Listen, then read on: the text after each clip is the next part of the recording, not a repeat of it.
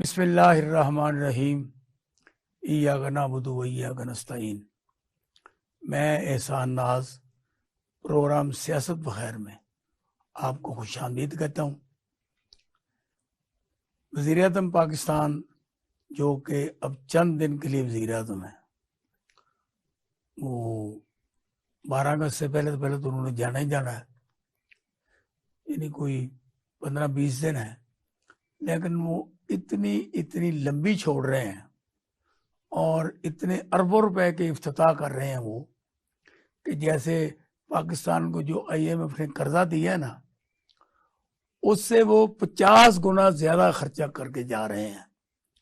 तो मुझे इस बात की समझ नहीं आती, 1.5 साल में तो आपने किया कुछ नहीं, लोगों को 50 रुपए यूनिट बिजली कर दी, खाने पीने के अशिया मुयसर नहीं है, जो मुलाजमीन हैं वो भी भूख से मर रहे हैं, जो मजदूर लोग हैं वो भूख से मर रहे हैं, और इंडस्ट्री को आपने तबाह करके रख दिया है। क्योंकि जब 1 साल तक किसी चीज़ की कोई इंपोर्ट नहीं होगी तो रॉ मटेरियल सारा आपने गोदी में रखा, वहाँ पे रहा, जिससे परेशानी और बढ़ी। मेडिसिन तक इतनी महंगी और नायाब होगी कि उसका दस्तयाब होना मुश्किल है। लेकिन आप ये डींगे मार रहे हैं कि अगर मैं अपने इस दौरे हुकूमत में डिफ़ॉल्ट कर जाता तो मेरी कब्र पे भी कतबा लगा दिया जाता कि ये डिफ़ॉल्ट वज़ीर-ए-आज़म है। वज़ीर-ए-आज़म साहब, आप डिफ़ॉल्ट से बच गए, लेकिन आपने पूरी 25 करोड़ आवाम को डिफ़ॉल्ट कर दिया है। ना किसी घर में आग जल रही है, ना किसी घर में खाना पक रहा है, ना किसी के बच्चे की दवाई आ रही है, ना ही बुजुर्गों के लिए मेडिसिन का इंतजाम किया जाए। तो आप कैसे वज़ीर-ए-आज़म हैं कि जिन्होंने मुल्क का हर चीज़ डुबो दी, और सिर्फ इसलिए आप हुक्मरान बने कि आपके खिलाफ जो मुकदमात तहरीक इंसाफ की हुकूमत ने नहीं, जरदारी की हुकूमत ने जो कायम किए थे, और जो जरदारी के खिलाफ आपने कायम किए थे, उनके खात्मे के लिए आपने तहरीक इंसाफ की हुकूमत पर शब खून मारा। तो अब बात चल रही है कि जब तक मईशत मुल्क की बेहतर नहीं होती, किसी गैर मुल्क में भी किसी की आपको कोई इज्जत नहीं होती, भिखारियों की किसी जगह कोई इज्जत नहीं है। आपने खुद ये कहा है कि मैं जहाँ जाता हूँ वहाँ ये लोग समझते हैं ये मांगने के लिए कुछ आया। तो मैं कहता हूँ कि नहीं, मैं मांगने के लिए नहीं आया, मैं तो सिर्फ क्योंकि आप पहले भी देते रहे हैं तो आप हमें दें। तो ये सारी बातें अपनी जगह पर, लेकिन आपने सारे अपने मुकदमात ख़त्म कर लिए। अब जितने आप पर फौजदारी मुकदमात थे, मनी लॉन्ड्रिंग के थे, यानी कत्ल गारत के थे, दीगर और जराइम, सारे इस वक्त आप नहाते घोड़े हैं, क्योंकि आप बिल्कुल अपने आप को नीट एंड क्लीन ऐसे कोर्ट को झाड़ कर जा रहे हैं कि मैंने अपने 1.5 साल की वजारत उज़्मा में अरबों रुपए के जो मनी लॉन्ड्रिंग से को ख़त्म कराया। तो आज हमने इस मौजू पर इन तमाम बातों का अहाता करने के लिए ऐसी शख्सियत को दावत दी है जो शरीफों को करीब से भी जानते हैं और मईशत के भी उनकी बड़ी निगाह है। चैम्बर ऑफ कॉमर्स के साबका प्रेसिडेंट हैं जनाब सुहेल लिशारी साहब।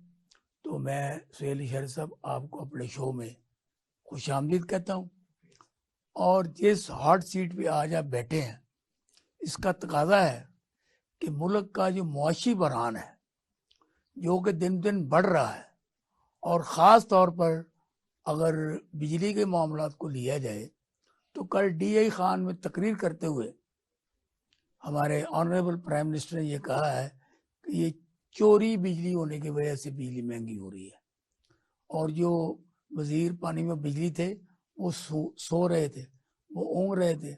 वज़ीर-ए-आज़म ने 3 दफ़ा उनका नाम लेके पुकारा, वो नहीं उठे। फिर साथ गवर्नर साहब बैठे थे, उन्होंने उनको मुँह डाला, नहीं उठे।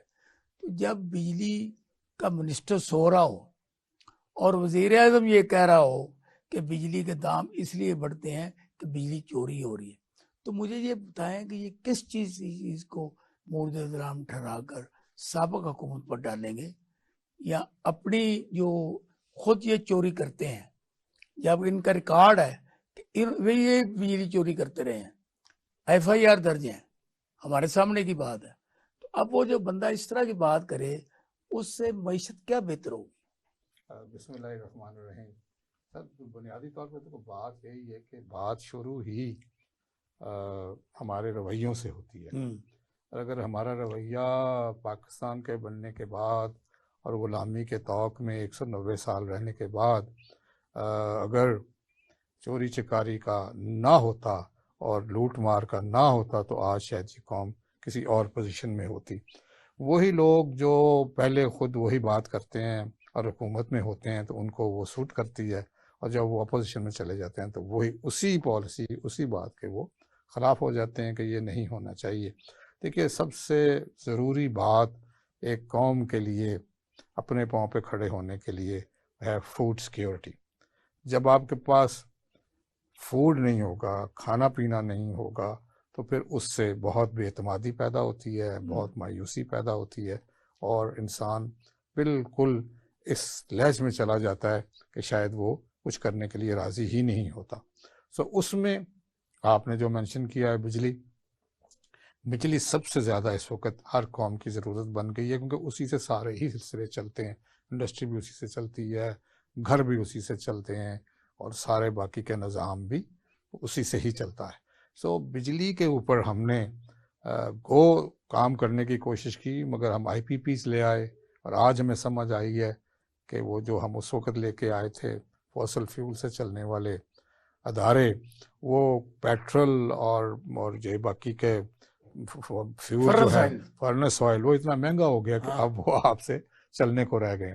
और जो आपका ताकत थी, जो आपकी स्ट्रेंथ थी, वो हाइडल पावर थी, और उसमें आपने डैम्स नहीं बनाए वक्त पे। और उसमें सबसे अहम डैम जो था वो कालाबाग डैम था, जो आपने सियासत की नज़र कर दिया, और फिर उसके ऊपर किसी ने तवज्जो नहीं दी, और फिर ये कहते रहे कि कंसेंसस से बनेंगे। इस मुल्क में आज तक कोई चीज़ तो कंसेंसस से हुई नहीं है। इवन जो सेंसस है, जो मरदमशुमारी है, उस पर कंसेंसस नहीं हो रहा। तो आप किस चीज़ की बात करते हैं? लीडरशिप सिर्फ ये देखती होती है कि मुल्क के लिए क्या चीज़ बेहतर है, और फिर वो उसके ऊपर काम करती है। इसी तरह ही है, जैसे बच्चा कहे कि मैं बीमार है और टीका नहीं लगवाना, तो माँ बाप उसकी बात नहीं सुनते, उसको टीका लगवा देते हैं। इसी तरह ये टीका जो था कालाबाग डैम का, ये बड़े अरसे दराज से 1950-1960 में ये लग जाना चाहिए था, तो आज आपके पास 4,500 मेगावाट बिजली भी होती और सस्ती भी होती। बिजली का ना होना और उसके बाद महंगा होना, ये दो धारी तलवार वहाँ पे पड़ रही है, और इसी से आपकी सारी जो कंस्ट्रक्शन है, सारा जो प्रोडक्शन है, वो महंगी हो जाती है, और आप दुनिया में कंपेटिटिव नहीं रहते, और उससे फिर आपकी महंगाई हो जाती है। सो बिजली और पानी, ये दो ऐसे मसाइल हैं कि हमने आज तक हल नहीं किए। बारिश हो जाती है तो हमारे यहाँ पानी खड़ा हो जाता है। वाटर का हमने हार्वेस्टिंग का कोई ऐसा अभी तक निज़ाम नहीं बनाया। हत्ता कि हम सारे अक्लमंद हैं, समझते हैं, जानते हैं। ये नहीं कहना चाहिए कि जी किसी को पता नहीं, शायद हुकूमतों के वाले लोग जो बैठे हैं ऊपर, उनको हमसे भी ज़्यादा पता है, मगर खाली पता होना is not enough, knowledge is not enough, action चाहिए। सो वो अंग्रेज़ी में कहते हैं कि well done is better than well said. तो वेल डन हम अभी नहीं कर रहे, और उसके लिए हमें बड़ी तवज्जो देनी पड़ेगी। और उसके साथ साथ मेरे ज़हन के मुताबिक जो बहुत एक अहम बात है वो सफाई है। जब तक हम अपने मुल्क में सफाई का निज़ाम प्रॉपर नहीं करते, और सफाई सिर्फ ये नहीं कि सड़कें साफ़ हैं और घर साफ़ हैं, गली साफ़ है, ये अंदर की सफाई भी है कि जब तक आप एक बेहतर इंसान के तौर पर पेश नहीं होंगे, ना बेहतर लीडरशिप आएगी, ना ही बेहतर पॉलिसीज़ आएंगी। अभी भी अब लोग बड़ा कह रहे हैं कि जी इलेक्शन करवाएं, इलेक्शन करवाएं, इलेक्शन ही हमारे मुल्क का हल है। तो कई इलेक्शन आए और कई इलेक्शन इस मुल्क में गए, और अब ये जो इलेक्शन आएंगे ये IMF रिलेटेड इलेक्शंस हैं। इसमें कुछ लोग मुझे कह रहे हैं कि जी नई हुकूमत आएगी। वो नई हुकूमत कहाँ से आनी है? यही लोग हैं, इसमें नयापन कहाँ से है? मुझे तो अभी तक समझ नहीं आ रही कि नई हुकूमत कैसे आएगी। यही दो चार पार्टियां जो ऊपर घूम रही हैं, ये ना किसी और को आने देते हैं, और ख़ुद जो हैं ये इस वक्त, मैं तो यही समझता हूँ कि इनकी अब एज ख़त्म हो गई है, और नए लोगों को, नई पौध को जो इस वक्त बढ़ रही है, जिस वक्त 40-50 साल की है, उनको मौका दें, और नई पार्टियां आएँ, नए लोग आएँ। आपके इल्म में होगा कि पाकिस्तान की इलेक्शन कमीशन में 168 पार्टीज़ हैं जो रजिस्टर्ड हैं इस वक्त उनकी वेबसाइट पे। तो उसमें बहुत सारी जो ज़्यादा हैं वो मिडिल क्लास और छोटी पार्टियां। इन सारी छोटी पार्टियों को इत्तेहाद करना चाहिए, और इनके खिलाफ इलेक्शन लड़ना चाहिए। इस तरह तो फिर ये नहीं तो इनके बच्चे आ जाएंगे, बच्चे नहीं तो इनके पोते आ जाएंगे। सो मगर नई सोच, नया वलवला, नई बात वो आने को रही। सो इसलिए इस इलेक्शन का अगर पुराने सेंसस से होता है या नए सेंसस से होता है, ये कंट्रोवर्सी क्रिएट हो जाएगी और फिर कोई इस इलेक्शन का रिजल्ट तस्लीम नहीं करेगा। सो अगर नए इलेक्शन करने हैं तो फिर नए लोग लेके आए। ये नए लोग इस तरह से नहीं आएंगे जो इस वक्त बैठे हुए हैं। नहीं शरद, मुझे ये बताएं कि वज़ीर आज़म शहबाज शरीफ जी हैं, वो खुद इंडस्ट्रियलिस्ट है।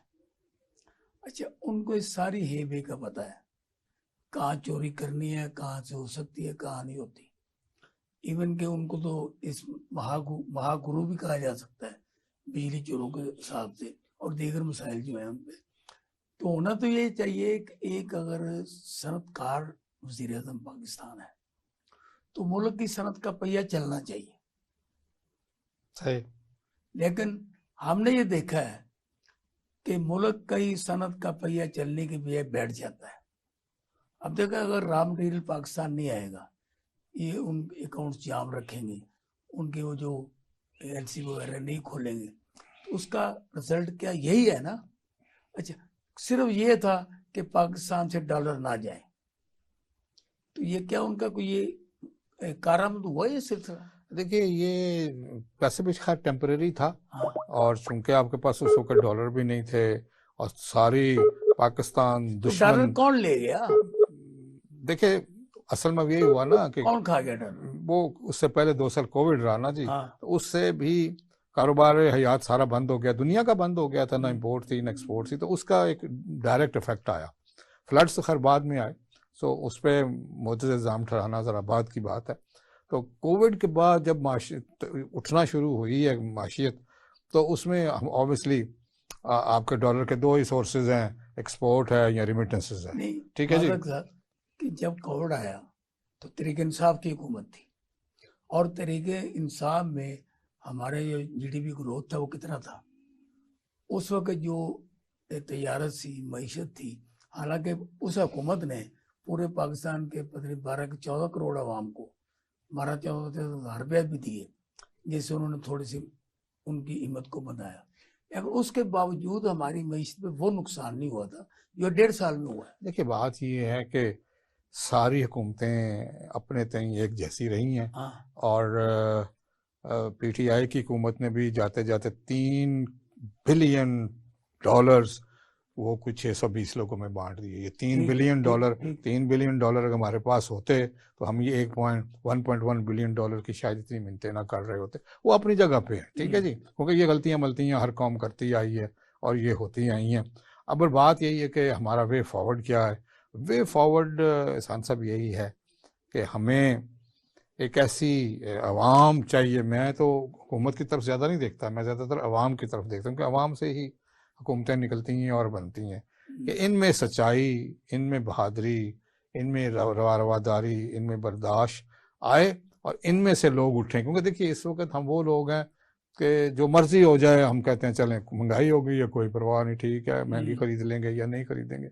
हमें जद्दोजहद करने की आदत ही नहीं रही है। फ्रांस में एक बंदा मारा जाता है तो आधा फ्रांस जो है वो स्ट्राइक कर देता है। एक बंदा मारा जाता है, कितनी बिल्डिंगें जल जाती कितनी हैं, बिल्डिंग। कितनी इधर गाड़ियां देखें जल महंगाई कहाँ से कहाँ चलेगी, कोई बंदा बाहर नहीं निकला। आप कहते हैं ना चूल्हे नहीं जल रहे, तो चूल्हे नहीं जल रहे तो फिर बाहर निकले ना, फिर कहें ना कि भाई चूल्हे नहीं जल रहे, हमें हमारा कुछ करें। कोई नहीं चल रहा है बस।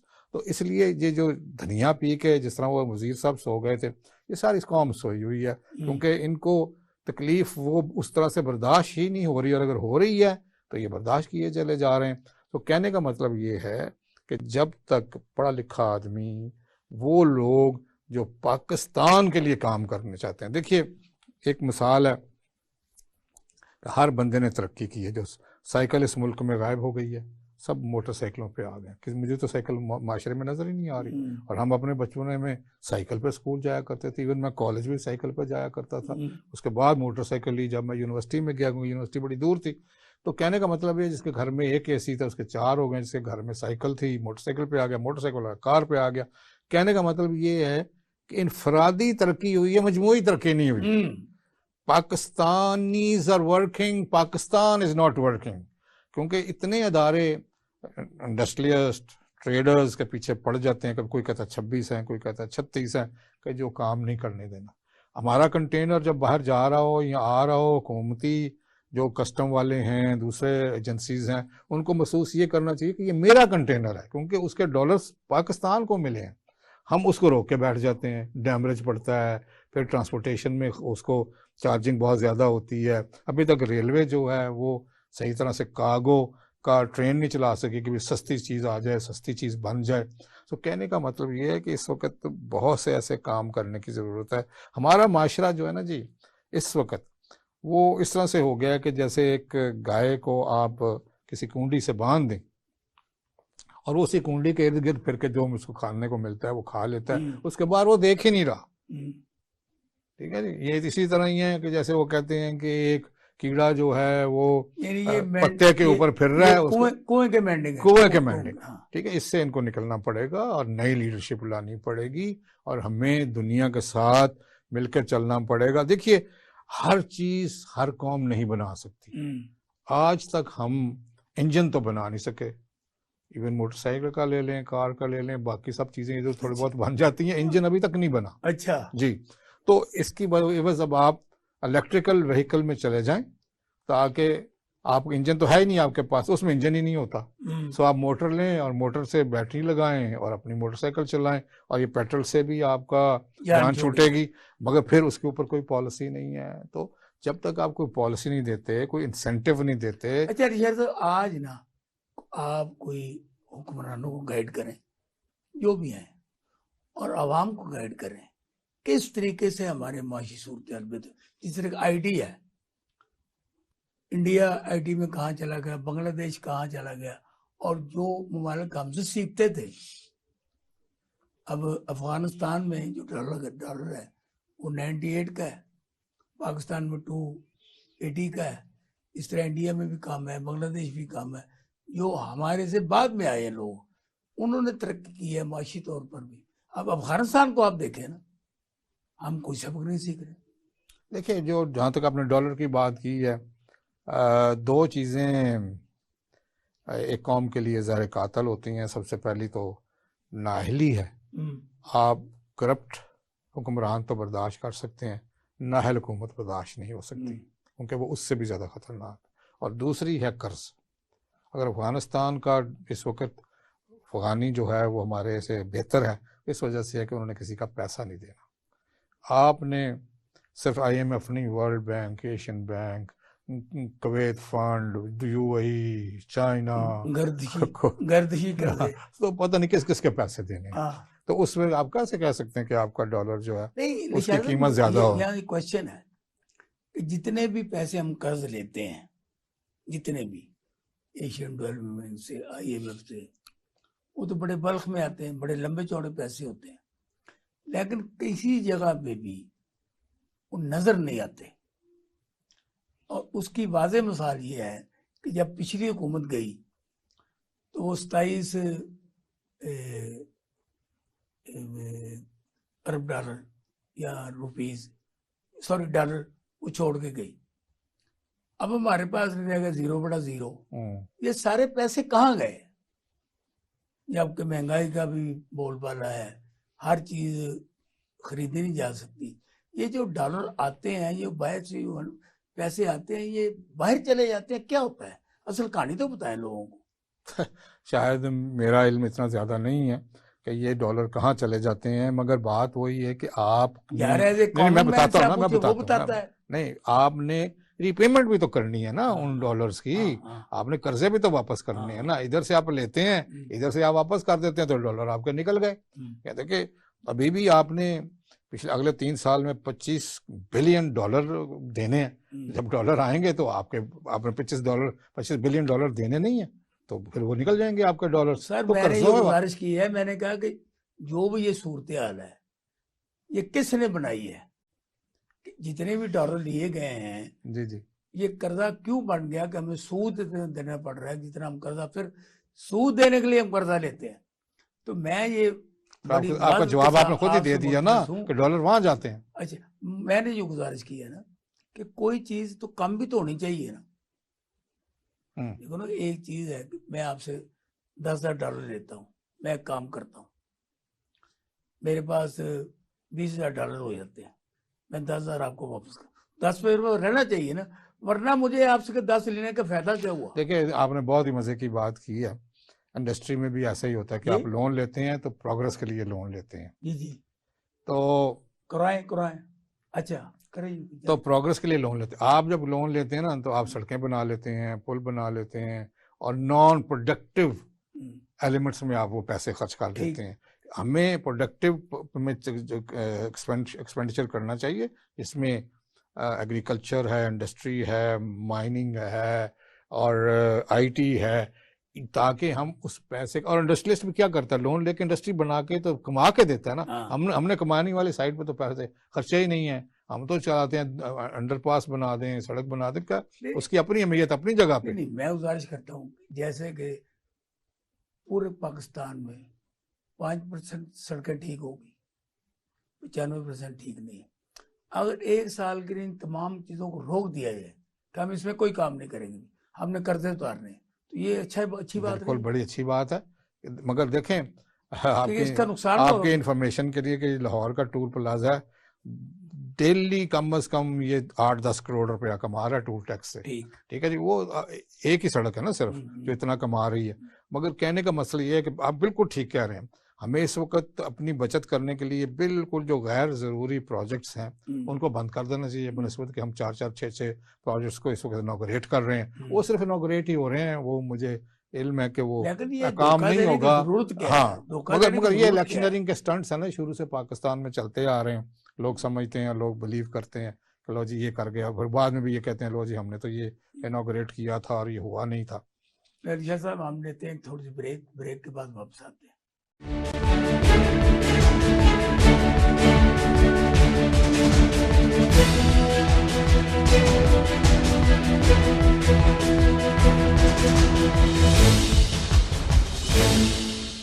Welcome back. ये निशार साहब, मैं ये पूछ रहा था, ये कर्जे हम लेते जरूर हैं, वो जाते कहाँ हैं? आपने कहा ये कर्ज में चले जाते हैं। भाई कर्ज लिया किन्होंने, तो ना लेने छोड़ दें, क्या होता है इससे? एक साथ सड़कें ना बनाएं, ऐसे ये हल्ले गुल्ले कर रहे हैं आप ना करें, वो काम जो कि आराइश के वो ना करें, तो क्या फर्क पड़ता है? आपकी बात बिल्कुल बजाय, हमें अपना बजट जो है ना वो अपनी ज़रूरतों और अपनी चादर में रह के बनाना चाहिए। जब हम सरप्लस बजट बना लेंगे और फिर कहेंगे जी इतना हमें कर्जा लेना पड़ेगा, आप हैरान होंगे ये जान के कि बैरूनी कर्जा तो अपनी जगह, जो अंदरूनी कर्जे लिए हुए हैं वो आप वापस नहीं कर सकते। जो पाकिस्तान ने अपनी ही पाकिस्तानी बैंकों से कर्ज लिए हुए हैं वो भी खरबों रुपए में हैं, तो वो वापस करना भी बड़ा मुश्किल है। उसमें तो चलो आसानी है कि आप रुपया छाप लेंगे, मगर रुपया छापने से फिर इन्फ्लेशन आती है, कीमतें और बढ़ जाती हैं, उसके अपने नुकसान होते हैं। मगर बात करने की ये है कि आप कुछ सालों के लिए बिल्कुल गैर ज़रूरी चीज़ों पे बंद करें। और सबसे बड़ी बात जो आपने पहले भी की है वो चोरी चकारी बिजली की, और दूसरी और वेस्टेज।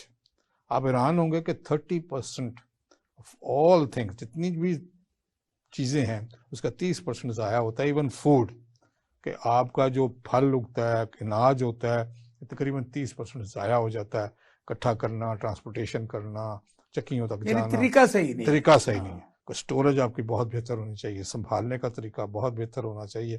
तो अगर आप मॉडर्न टेक्नोलॉजीज लेके आते हैं, इन पे इन्वेस्ट करें ताकि आपकी आवाम भी सीखे। और सबसे पहली बात जो मेरे जहन में आती है कि हम अब टेक्निकल एजुकेशन की तरफ ध्यान दें, और ख़ास तौर पे जो हमारे गाँव के बच्चे हैं आईटी की तरफ भी आएँ, और एग्रीकल्चर और इरिगेशन टेक्नोलॉजीज पे करें, ताकि वो वापस गाँव ही में जाके अपनी जो तरक्की है गाँव की उसमें हिस्सा डालें, और उनको इल्म हो कि कैसे इरिगेशन करनी है, कैसे हमने कल्टीवेट करना है, कैसे बीज डालना है, खाद डालनी है, क्योंकि हर एक चीज़ की एक टेक्निक है। वो दौर चले गए जब छट्टा मारा करते थे, ठीक है। अब हर एक चीज़ लाइन दर लाइन चलती है और मैकेनिकली चलती है।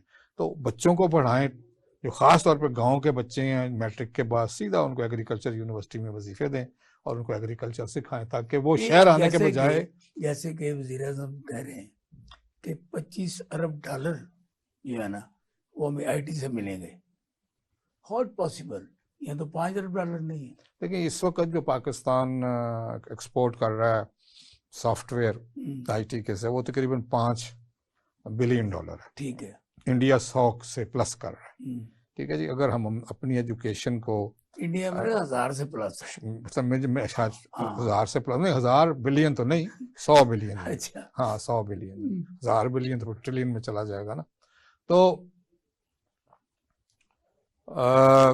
हम अपने बच्चों को जैसे ही जिसका ज़हन उस तरफ चलता है, अब सारे बच्चों का ज़हन चलना ही उस तरफ हो गया क्योंकि हाथ में हर वक्त तो मोबाइल होता है, तो उनको इसकी सॉफ्टवेयर डेवलपमेंट सिखाएं और उसके साथ साथ आहिस्ता आहिस्ता हम हार्डवेयर भी बनाना शुरू करें, इन द सेंस कि लैपटॉप यहाँ बने, लैपटॉप की बैटरियाँ यहाँ बने, Aahista Aahista transfer of technology होनी चाहिए। जब हम बात करते हैं ना चाइना के साथ कि एग्रीकल्चर में करें, उसमें करें, तो जो साहिब इक़्तिदार हैं जो भी हैं उनको चाहिए कि चाइनीज़ कंपनी के साथ पाकिस्तानी कंपनियों की जॉइंट वेंचर कराएं ताकि ट्रांसफ़र ऑफ टेक्नोलॉजी हो, ताकि हम इंपोर्ट सब्स्टिट्यूशन करें, जो आज का हम इंपोर्ट कर रहे हैं वो हम यहाँ बनाएं, जो हम बना सकते हैं। जो नहीं बना सकते वो तो ठीक है क्योंकि हाई टेक में अभी हम नहीं हैं, हम मिडिल टेक और लो टेक में हैं, तो वही चलो इधर करना शुरू कर दें, जैसे हमने मोबाइलों की यहाँ पे असेंबली शुरू कर दी थी।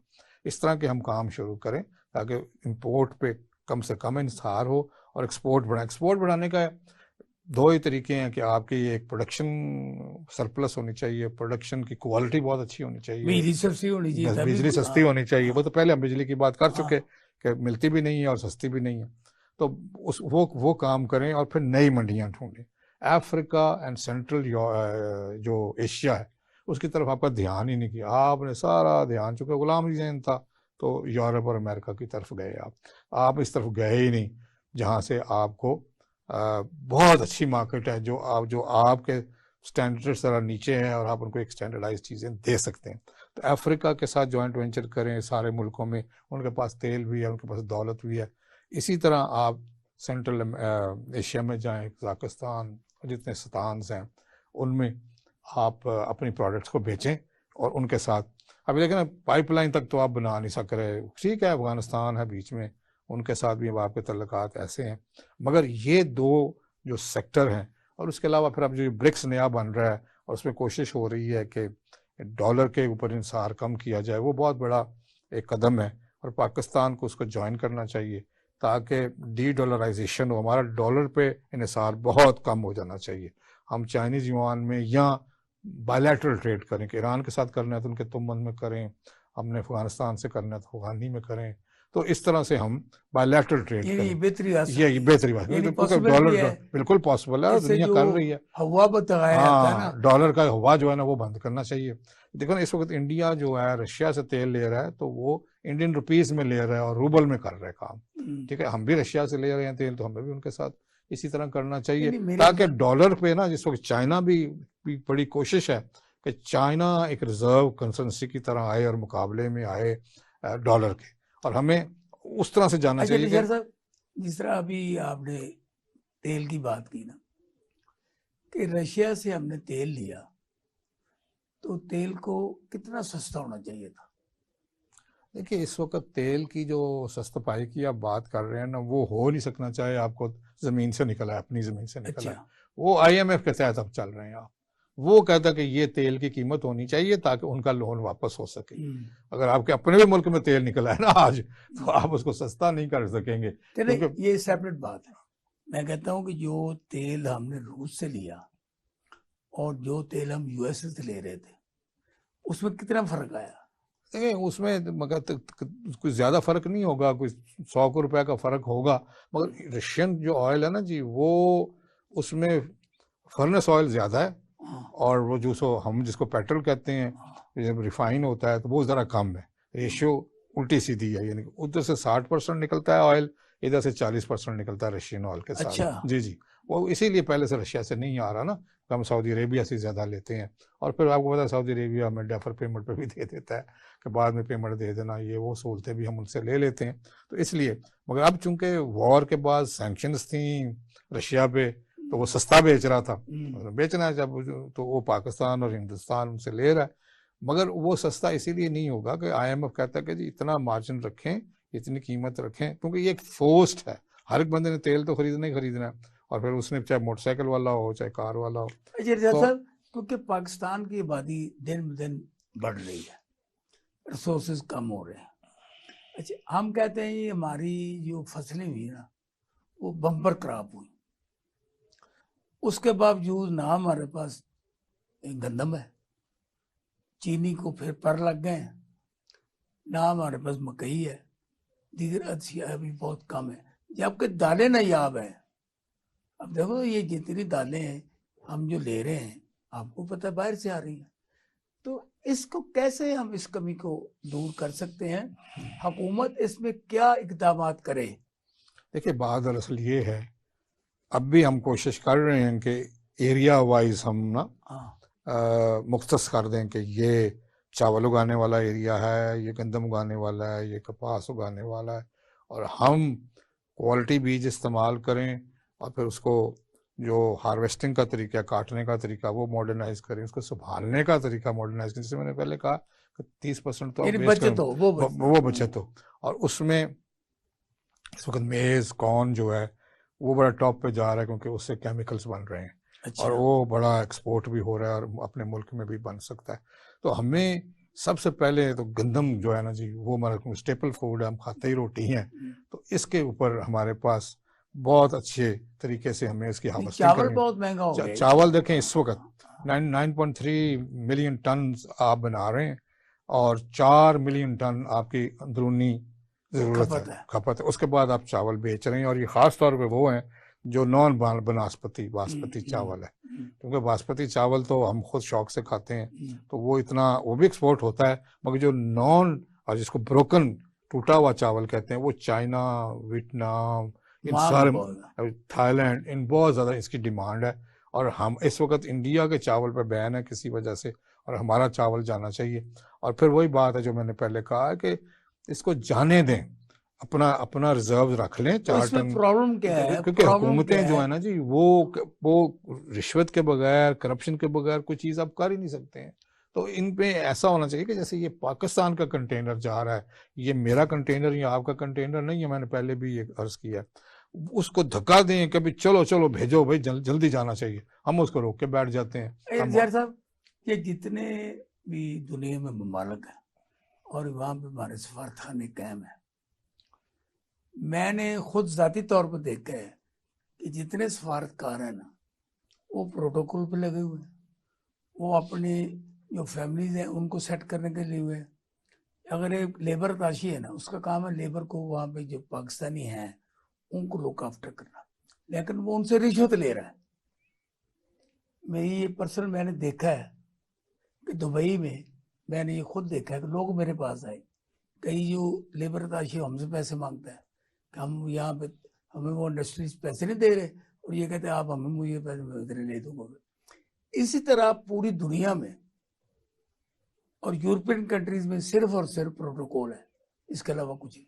अभी 25 लोगों का एक वफद यूएसए में गया परसों, और उन्होंने लाखों रुपए रात पे कमरे लिए एक एक ने। ये इस हुकूमत की मैं बात बता रहा हूँ जो कि कफायशार हुकूमत है, जिसने इमरान खान की हुकूमत को इसके लिए लटाया कि महंगाई बहुत होगी, और खुद इन्होंने सौ रुकने कमीना बना ली। तो मुझे ये बताएं, जब तक ये वजारत खारजा के तहत सारे आते हैं ये काम नहीं करेंगे, वहाँ पे टारगेटेड लोगों को भेजना चाहिए। भाई अगर चावल यहाँ पे 10 टन जा रहा है ना, आपको एक महीने में इसको इंक्रीज करना है कि या 20 टन आना चाहिए। वो तो जाते ही नहीं, अपने दफ्तर से नहीं निकलते। हालांकि उनका काम तो विजिट करना है, वहाँ के जो ताजर हजरात हैं, जो बड़े बड़े इंडस्ट्री जो काम करते हैं उनसे मिलना है। तो ये कैसे ये हल होगा? ये देखिए, इसके बारे में मैंने थोड़ी सी बड़े ब्रीफिंग अरसे है, पहले से, जब से मैं क्योंकि मैं खुद वजारत खारजा में रहा हूँ हम्म 5 साल तक, हम्म, इसलिए मुझे कोई इल्म भी है। मैं जब से ट्रेड पॉलिटिक्स में आया हूँ और बाद में सदर भी रहा मैं, तो हमने बड़े डेलीगेशंस बाहर लेके गए, हम्म, तो हमने भी जो ट्रेड के काउंसलर्स होते हैं, यहाँ तक उनसे कहा कि आपके पास तो कंप्यूटर पे पूरा एक डेटा बेस होना चाहिए हम्म, कि आपके मुल्क में बड़ा छोटा कौन कौन सा बिजनेसमैन है, वो लोग हम्म, क्या करता है, उसकी क्या कैपेसिटी है। और उनके साथ जब डेलीगेशन आए या जाएं, आप उनके साथ जॉइंट वेंचर करवाएं। उनके पास कोई डेटा ही नहीं है, उनको 8-10 जो टॉप के बिजनेसमैन होंगे उनके साथ रखते हैं, बट दैट्स ऑल। मगर कोई ऐसा कंप्यूटर के ऊपर उन्होंने कोई डेटाबेस नहीं बनाया हुआ कि इस मुल्क में क्या हो रहा है और कौन कौन सा बिजनेसमैन है और क्या कर रहा है। इनका काम बुनियादी तौर पे ये है कि ये कॉन्टैक्ट कर सकते हैं हाँ, और हमको। हम यहाँ से उनको ईमेल दें कि जी हमारा ये कारोबार है, हम ये एक्सपोर्ट करना चाहते हैं, आप हमें 10 कंपनियों के नाम बताएं जिनको हम एक्सपोर्ट कर सकते हैं, हम आना भी चाहते हैं, हम चले भी जाते हैं, आप हमारी मीटिंग अरेंज करें, हमारे उनसे साथ बिठवाएं, हमारे तो उनके उस साथ ईमेल का हैंड होल्डिंग करें। उस कोई ऐसा सिस्टम ही कोई नहीं है। उस ईमेल का जवाब ये आएगा कि ये मेरा भाई यहाँ रहता है, इसको फलां फलां चीज की जरूरत है, आप जरा उनको पहुंचा दें, फिर बात करते हैं आपसे। तो फिर देखें ना, जब आपके रवैये ये होंगे जो मैंने पहले कहा है कि वैल्यू बेस्ड रवैया ही नहीं है। अब वैल्यू का बेस का मतलब ये है कि जो आपने बात की उसकी बात करे वो, तो फिर मतलब कि आप बड़ी लॉन्ड्रिंग और बड़ी अच्छा, अब ये सोचते हैं रिश्वतों पे। ये जो छोटी छोटी रिश्वतें हैं, ये आपकी पाँव की बेड़ियां हैं, ये आपको नहीं चलने दे रही। अच्छा, मुझे ये बताएं कि अब इंडिया ने मिसाल एयरलाइंस बिरला टाटा या किसी को दे दी, अब वो 500 जहाज मंगा रहा है।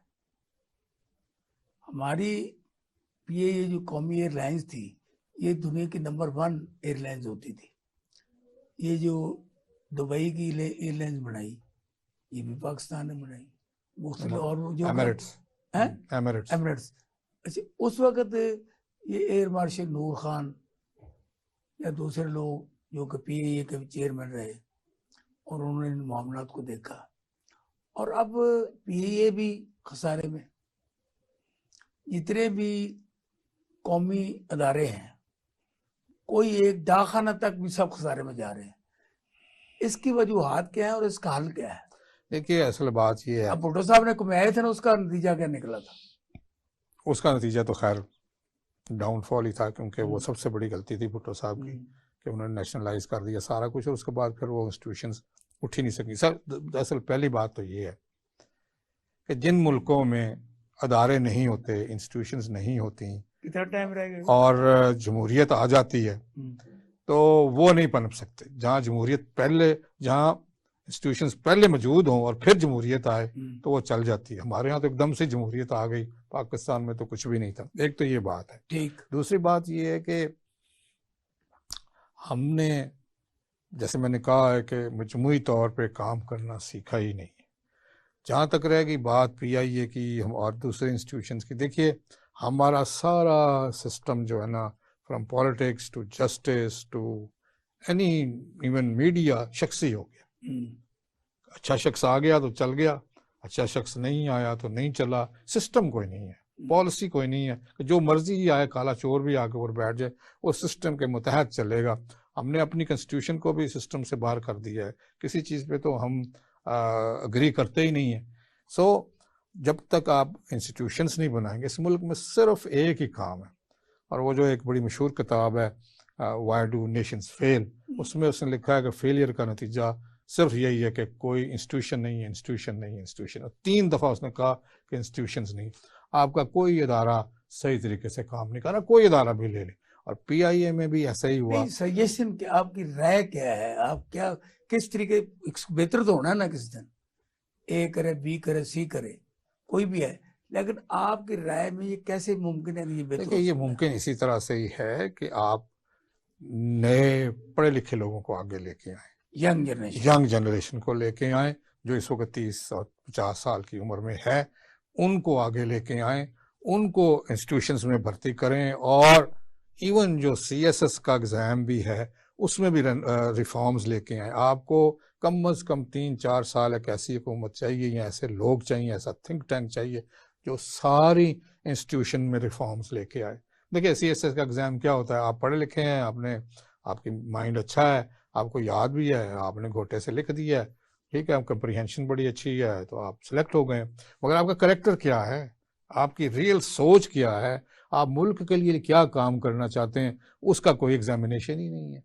तो भाई सीएसएस में भी और दूसरे इम्तिहानों में भी आपको ये देखना पड़ेगा कि वो बंदा करेक्टर वाइज, हिम्मत वाइज, हौसले वाइज, और उसकी सोच क्या है, मुल्क के लिए सोच क्या है। कि तो उससे पहले पूछना ये चाहिए कि तुम्हें अगर ये अदारा देते हैं तो तुम मुल्क के लिए करोगे क्या। तो जब तक ये नहीं आएगा ना, और आप वाली बात कि मेरे बेटे को रख लें, मेरे भाई को रख लें, अगर यही सोच है तो ये पनपने का कोई तरीका नहीं है, तो ना ये पनपेगा, ये फिर इसी तरह ही चलेगा। अगर हम इस दलदल में रह के पिछले इतने सालों से खुश हैं कि हमने इसी दलदल में रहना है और बाहर निकलना नहीं है। लास्ट क्वेश्चन जी। कि जिस तरह हमारी न्यू जनरेशन में बिलावल भुट्टो है, इसके अलावा नई लाट में कोई नौजवान लीडर नहीं है। अब अगर मरीम नवाज की बात की जाए तो वो भी 55 साल से ज़्यादा हैं और वो नानी दादी बन चुकी हैं। चाहे वो अपने आप को यंग कहती हैं, लेकिन जाली तरीके से बंदा यंग नहीं हो सकता। तो आपको ये उम्मीद है कि अगर यंग जनरेशन में से कोई इक़्तिदार में आए तो इस मुल्क को बेहतर कर सकता है? देखिए, फिर बात आपने वही शख्सी कर दी है। एक बंदे के बात ही है शख्सी है, कहाँ न कहना मैं वही कह रहा हूँ ना कि एक शख्स से तो हुकूमत चलती नहीं है। They have to have a team work. देखिए, अभी भी आप ऑफ एयर बात कर रहे थे कि जी कभी काउंसिल होनी चाहिए जो मुशावरती काउंसिल हो। हर हुकूमत के पीछे हर अदारे में एक मुशावरती काउंसिल होनी चाहिए जो लीडर को मुशावरत दे, क्योंकि लीडर हर फन मौला तो हो नहीं सकता ना, चाहे यंग हो या चाहे बूढ़ा हो। सो एक टीम वर्क की बहुत बड़ी इस हुकूमत के 60 मशीर है ना। नहीं, वो देखें, फिर वही बात है, उनको छोड़ दें। वो 60 मशीर किसी काम के नहीं है। वो उसी ज़हनियत की है कि मेरा बाबा किधर है, मेरा चाचा किधर है, मेरा वो ज़हनियत को फाड़ के फेंकना पड़ेगा। वो सारा प्रोटोकॉल सिस्टम सारा ख़त्म करना पड़ेगा। और फिर जो यंग जनरेशन में आए वो यंग ही टीम लेके आए, और यकीन करें 10-15 सालों में पाकिस्तान फिर एक ऐसी जगह पे खड़ा हो जाएगा कि उसको किसी से कर्जे में लेने की ज़रूरत नहीं पड़ेगी। लिशारी साहब से हमारी ये गुफ्तगू कई घंटों चल सकती है, लेकिन वक्त की कैद है और उन्होंने भी कहीं जाना है। तो मुझे और लिशारी साहब को इजाज़त दीजिए। अल्लाह हाफ़िज़।